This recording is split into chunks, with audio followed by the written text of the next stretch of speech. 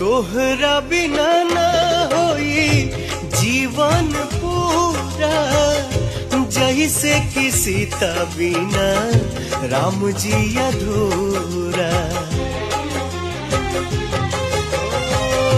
तोहरा बिना ना होई जीवन पूरा, जैसे कि सीता बिना राम जी अधूरा। कहता निधानी सुना हमरो तू बात हो, थामला तू हाथवा में आज हमार हाथ हो, थामला तू हाथवा में आज हमार हाथ हो। करेलू प्यार तबो जालू काहे छोड़ के, करेलू तू प्यार।